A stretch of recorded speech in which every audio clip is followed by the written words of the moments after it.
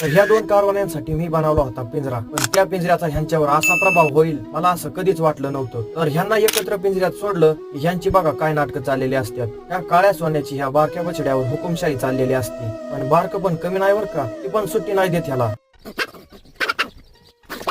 मग हे एकटा असला ह्याच राज्य असतं पिंजऱ्यात. तेव्हा मला म्हणतोय, मालक डोंट डिस्टर्ब मी. बरं बाबा, नाही करत तुला डिस्टर्ब. रानात चाललो होतं, पाथवान काढायचं काम चालू. मग आलो गाडी घेऊन थेट मळ्यात, माझ्या माग माग. मग टाइम वेस्ट न करता केली गठुडी रचाई चालू.